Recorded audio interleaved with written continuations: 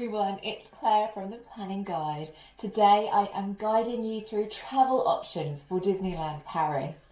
There are so many options open to you, and during this video we're going to explore them together at different times of the year as to what might be the best approach. So let's take a look.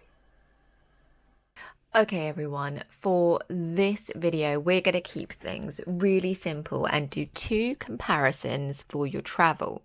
First of all, we're going to choose a time in school holidays, which is a time I know many of you will want to go. Now you are going to notice some slightly inflated costs because, you know, all us parents and carers are used to unfortunately having inflated costs during school holiday times, but it is important for us to take into account. And then we're going to look at non-school holiday times as well. Most importantly, we're going to go for the furthest out we can book, and with most of our travel options, on average that's at about the 9-month mark.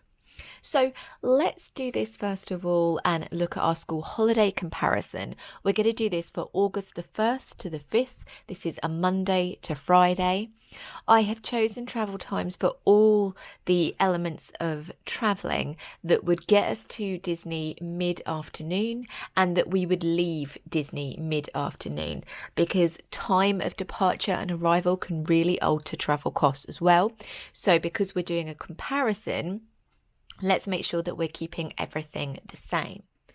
Okay, let's jump in and let's do flying first of all. So flying as an option, August 1st to 5th, I would use a site like Skyscanner just to make sure you're getting the best deal. Frequently, especially at that time of year, you're going to find that it's probably going to be EasyJet. So EasyJet for 2 adults and 1 child for a total is going to come to £321. Now there's some things with flying we need to take into consideration. Your first look at an EasyJet flight can look really cheap, but that's because you're only getting a cabin bag. Now, when I was running this search, something that I always do with EasyJet is I look at the option to add baggage. On this particular occasion for this flight, it was going to be £38 per person to add on baggage. I think that's really excessive. It's massively going to change our amount. So what I do is I ignore that screen and I click to the next screen, which I am showing you here, and you get to choose your seat. And with choosing your seat, you get an option that's called up front. You can go for extra legroom if you want, but that's a little bit more money, and I'm trying to keep things cheap for you here. So if you go up front, you can see that now you'll be able to take your cabin bag and another bag and choose your seat. All great, and that's at a cost of £20 a person. On the return flight, this was a little bit cheaper. It was £17. I've added that all in and it comes to the 321. Now, another cost you're going to have to consider with flying is your transfer the other side, so when you land in France. Now, loads of different companies doing this at lots of different price points, so I've taken an average one, but I've still gone for a private transfer because I know many people don't want to take shared transport at this time. A private transfer is going to take you about an hour and it will cost you about £20. So we need to add £40 transfer. So our total cost for flying in August is £361. Our time total is 5.5 hours. I'll break that down for you. For a flight, you're going to need to arrive 2 hours before. The flight duration on average is 1.5 hours. You're going to need to get off the plane, collect your luggage, leave the airport. That is 45 minutes on a good day. And then the transfer the other end is 1 hour. So pros and cons with this one. This is a nice price point really for what we're looking for. It's really not a bad time, 5.5 hours in total. It can be fun for little ones, especially if they haven't flown before, but you have got some tighter security restrictions to consider. Things like your liquids and going through security if you've got lots of bags or prams or little ones. So let's take the same travel option flying, but let's go for the 5th and the 9th of December, again a Monday and Friday. All our times are still the same, so we're looking at 5.5 hours. Our issues are around the same. However, Our cost is a little bit different. This is coming out at £446. Reason for this is the only flights that are out this far in advance are the more expensive carriers like BA. You might still be able to get an EasyJet flight. You're still going to be looking at around 360 in total. So between 360 and 446 is what you're looking at for flying in December. Okay, let's move on to the Eurostar. So our timings for Eurostar, first of all, you need to arrive an hour and a half before your train departure time. The total time for a direct route, and it is a direct route that I'm pricing up here, is 4.5 hours. So out of all our options that we're looking at today, this is our quickest route. Now, the full total for this one going in August is £639. So this is our most expensive option. So things to consider here. You can take liquids. The security isn't as much as flying. Baggage is not an extra cost. It is much easier. It's definitely quicker, but please remember you're looking at nearly double the price compared to the flying option that we've just done.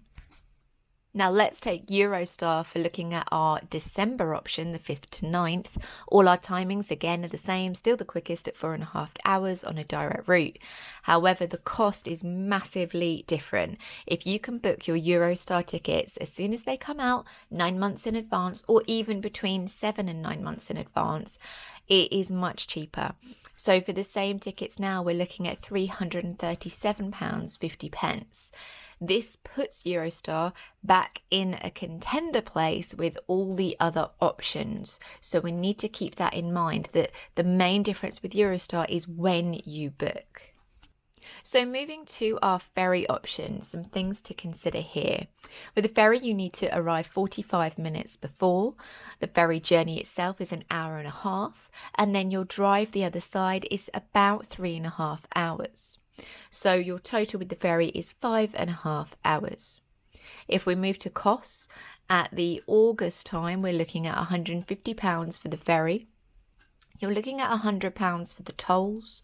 You're looking at 70 in fuel, and you're going to need an EU travel kit if you haven't already got one, which is between £15 and £25. I'm showing you one from Amazon at around the £20 mark, but because you can get one for 15, I'm going to put 15 in the price point total.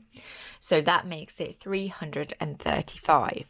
What I would say with a ferry, I think a ferry similar to Eurotunnel that we're going to look at next is a really good option if you've got a bigger group going and if you can fit more people in one car. If you are going to need to be taking 2 cars, your price point is going to change. But if you've got a 7-seater car and not a lot of luggage, then this might be an option for you. Please remember they do charge a little bit more for things like roof boxes. So if you're solving your luggage issue with a roof box, you're going to need to change that price point, but not a lot. It's not going to make it a different result to Eurostar, for example. Our ferry option for December hardly changes. It's literally £4 more. So we're looking at a 339 total, same times and same considerations. The only thing I would say is weather.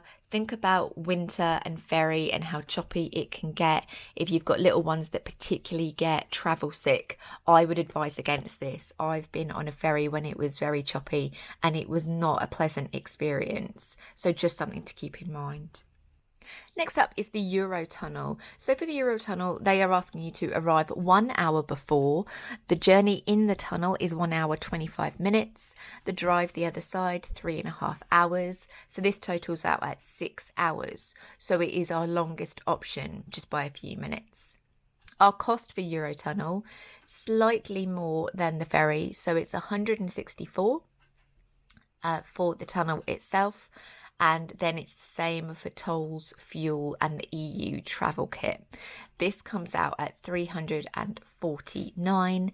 Again, this is a good option, similar to ferry if you've got a bigger family, but you can fit in one vehicle. If you can, this would save you more than the others. Eurotunnel in December, it's only very slightly different on price point, coming out at 166. All your other tolls, fuel, travel kit are the same. So your total here is 351, with the times being the same. If I had a choice out of Ferry and Eurotunnel and I had to consider anyone with any travel sickness options, I would consider Eurotunnel more, as long as you haven't got anyone in the group who's going to feel particularly claustrophobic. So it's just something to think about, although you really can't tell what you're in. So watch some videos of people going through and you'll see, and just get used to it a little bit before you go. Okay, so now we've done all our research and we've put it out in a chart. We're having a look at our options. Overall, we can see the cheaper options are slightly longer, which are your Ferry and Eurotunnel, but there are a few more considerations with them, like the driving, paying tolls, making sure you've got the EU travel kits ahead. You can see with the Eurostar that although it's a direct option, certainly less issues to consider, it is the most expensive by far. For the August trip, it is nearly double in price.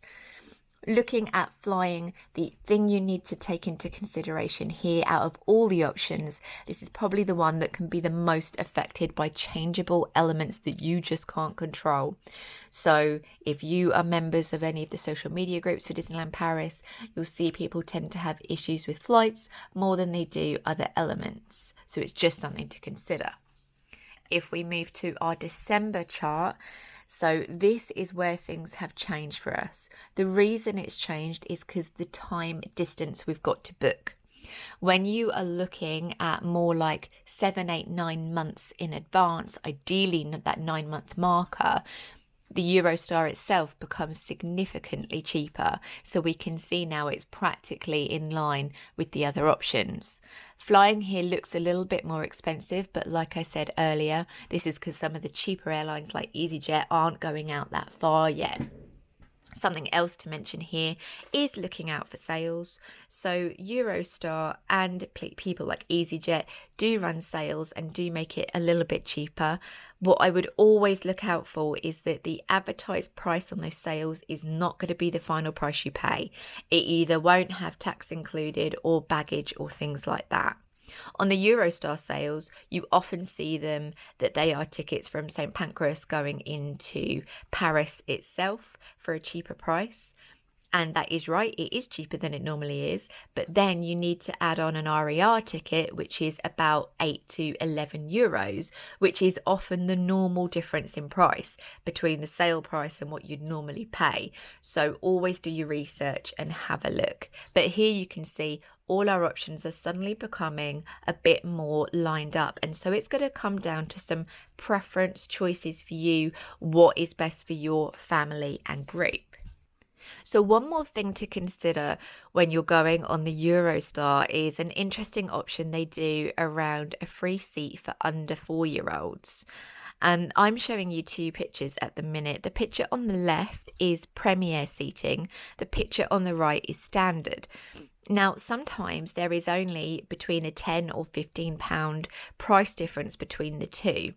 If I was going with a little one that I was getting a free seat for, which I was in picture 1, I think Grace is about 3 years old in that picture, I would always go for the premier seating. And that's because in that picture, you can see my husband's reflection in the window. He's sat on the seat next to Grace and you can see that she's sat right in the middle of us. There was plenty of room. So we didn't have to have her on our laps, but that's not 3 seats in a row. That's 2 seats. But if you look at the picture on the right, she's only a few months older in that picture and already really needing a seat of her own. So on this particular occasion, I took this picture before we set off and then she was on my lap the rest of the journey. And you can see the gap between the 2 seats. There's really not any room to put a little one in between. So if you've got more like a 3, nearly a 4-year-old, I would always go for Premier. If you've got a little one that's definitely going to be on your lap anyway, then there's not much point paying the extra unless you're interested in all those other options. So just something to consider. And if you've got 1 or 2 children under 4, again, consider that you can put both of them on your lap, but do you have enough room? But that would save a lot of money, but it's totally up to you. So what's my conclusions? What's my advice to you? I think there are 3 key considerations when choosing your travel to Disneyland Paris. If I had more than 4 people in my group and I could fit them in one car, I would go for the Ferry or Eurotunnel option. And again, deciding between those two, I just think about my group and who's going to do better with what option, and again, what time of year. If you think it's going to be particularly choppy and your group aren't going to deal with that very well, then I would consider Eurotunnel. If it's nice and sunny and you want to feel the breeze on your face, then Ferry is also a great option. Next, if I was able to book 9 months out in advance, I'm booking Eurostar every single time. The third option, if I needed to book in the next week to 6 months, I would look at flying. Look at the time here. It's a good time. It's a good price point, significantly cheaper than the Eurostar. So those are my 3 elements to consider. I hope you have a lovely Disneyland Paris holiday. However you get there, stay safe and enjoy. Thank you for watching this video. If you're not already a subscriber, please click that button so that you can see all the upcoming videos from me, your planning guide. If there's anything you want to see me create content on in the future, please leave a comment, leave me feedback. I'd really appreciate it. I'll see you real soon.